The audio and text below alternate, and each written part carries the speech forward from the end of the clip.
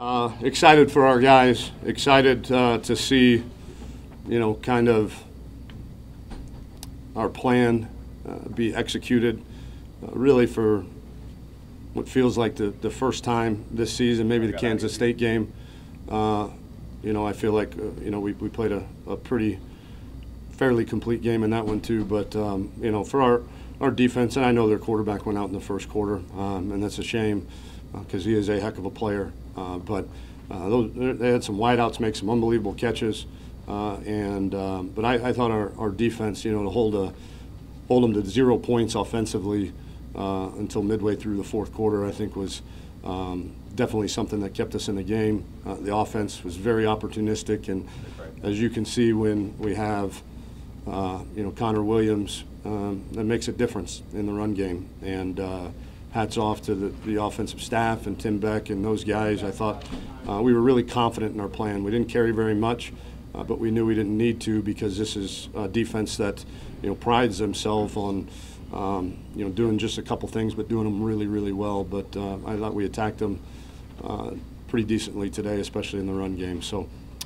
injury update: Pat Vahe sprained MCL, so we're down another one there at that position, and so he's played his tail off for us for 11 straight starts, and to see him go down was a bit crushing. But Zach Shackelford and Terrell Cooney played pretty admirably in his place. Well, Tom, we'll get questions. Tom, we'll ask about the details. But what was the mood in that room for now that you guys are going to be in the postseason? It was fantastic. I mean, these guys, the smiles on their faces. We know we've got one left, but this was a big one.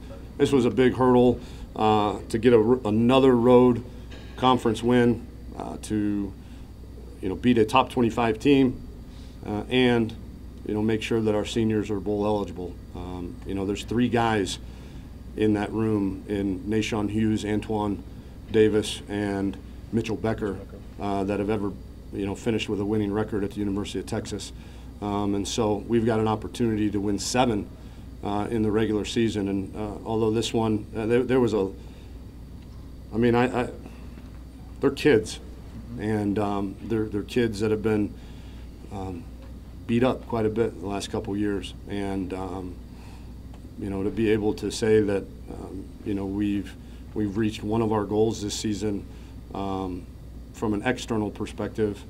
I think we've reached a lot of goals internally in terms of the way that we handle our business and the way that we play and the way that we compete each and every week. But these guys are ecstatic, but they also know we got one left. Tom, you had Sam.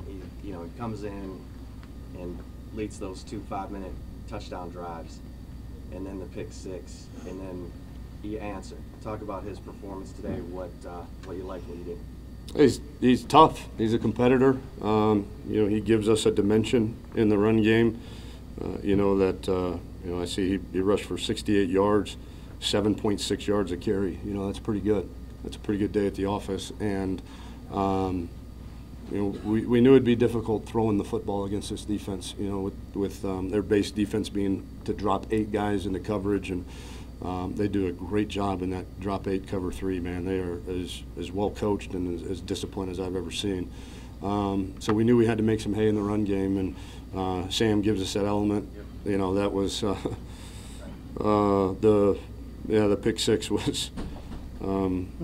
That's a kid probably trying too hard. That's a kid. I think he thought he could throw it away. But you gotta, as the saying goes, you gotta know when the journey is over. We were in field goal range, and the good thing is the last time he learned a lesson, it was at the expense of a victory, and this time he learned that lesson, and we were able to pull it out for him, and so I suspect that will be a mistake that you won't see him make again. Tom, the highest rushing total since the San Jose State game. Connor Williams back caused an effect there, you think, from the standpoint of Connor being back and helping the run game? Yeah, I mean, I would be silly not to say that that didn't matter. It certainly did. I thought the plan was a good plan. I thought our backs knew where to go and how to go there. But you've got a guy that was whatever, first team All-American, I believe, last year as a sophomore, coming back on the left side of that line. That's a big boost, a big shot in the arm. Coach, can you did the plan change at all defensively when Greer went out?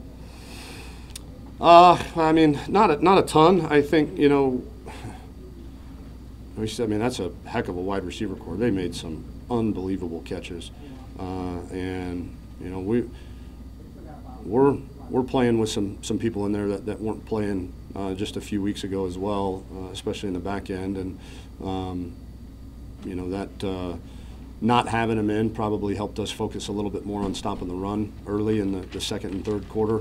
But you know, we knew that they were, especially when we were up 21-7, that you know, they were going to have to throw the football. How much do you simplify the offense, if at all, as far as running game? How much did we? Yeah. Quite a bit, because again, as I said earlier in the week, preparing for the 3-3 stack format of their defense is, I liken it to a defense having to go against a triple option. You know, that you spend all season working against certain things, and then all of a sudden you come in and you say, hey, there's this exotic defense that we're going to have to, you know, break some rules. So you got to keep things very, very simple, and you know, and get multiple repetitions at it, because it is foreign. So we did simplify, and I thought it worked out well. What would you tell the guys in that locker room? That I was proud of them. That you know, I mean, what was it, 14-0, and then we throw the pick six, and you know, we woke this place up, unfortunately, and but they responded. You know, I thought the drive, I can't remember what it was, but the drive, we held them to 3 and out. Malik made 2 big, you know, tackles in the hole. They had a poor punt, and then we ran the football down and scored a touchdown to make it 21-7. I thought that was a big answer on both sides of the ball, you know, to get a 3 and out and then take the ball down and go score a touchdown. So I told them I was proud of them. I told them, you know, this journey is not over. I mean, we have an opportunity on a short week. We've got to get ready for a good Texas Tech team that you know, gives us the opportunity to win 7 in the regular season, which hasn't happened around here in a long time. Tom, Got time for 2 last ones? You've been working Chris Warren at tight end longer than was really known publicly, for a few extra weeks. I don't. When was it? Would we debut him? Last week, wasn't it? Yeah, it was 2 weeks ago, wasn't it? Against TCU, he got in a little bit. So I think maybe for a week prior to that, but right. not much more than that. What does it go to? Here's a guy who, I mean, clearly he bought in at that position, and today he's rewarded with a big touchdown catch, despite falling out of his stance right before that. When you see things like that, a guy who has moved, sacrificed a little bit, do you have any internal thoughts about stuff like that? Just pride, you know, yeah. that you know, the culture, I know that word gets used a lot, but I don't know how better to describe it, that our culture is palpable, it's believable, and you know, we're slowly but surely going from a bunch of guys that are compliant to guys that are committed and convicted, and it's really cool to see when you see something like that happen. It's pretty neat. Coach, when you have the close losses that you had, whether it's, you know, OU or OSU, and you got a group of guys who haven't won, it'd be easy to lose them. So what have you guys been able to do? What can you speak to your team being able to kind of hold on and, you know, get to at least a winning record? It's not something we did the last few weeks. It's something we did in January and February and March. We are very, very demanding on our players. We expect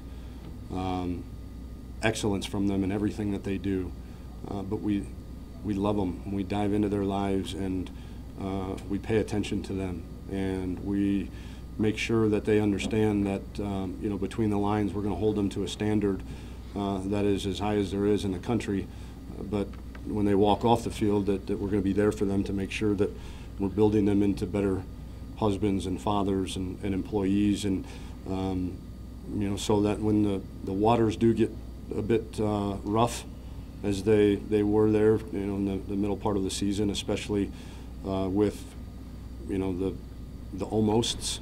You know, you can, if we hadn't done what we did in January, February, March, you probably would have had a lot of guys saying, is this worth it? You know, is what we're expected to do worth it? And I think by staying the course, obviously today's one game, but we've got to finish the regular season the right way on Friday. But I think there's a lot of guys that continue to be believers in the way that we do things. All right, thanks, Coach. Did they say anything about?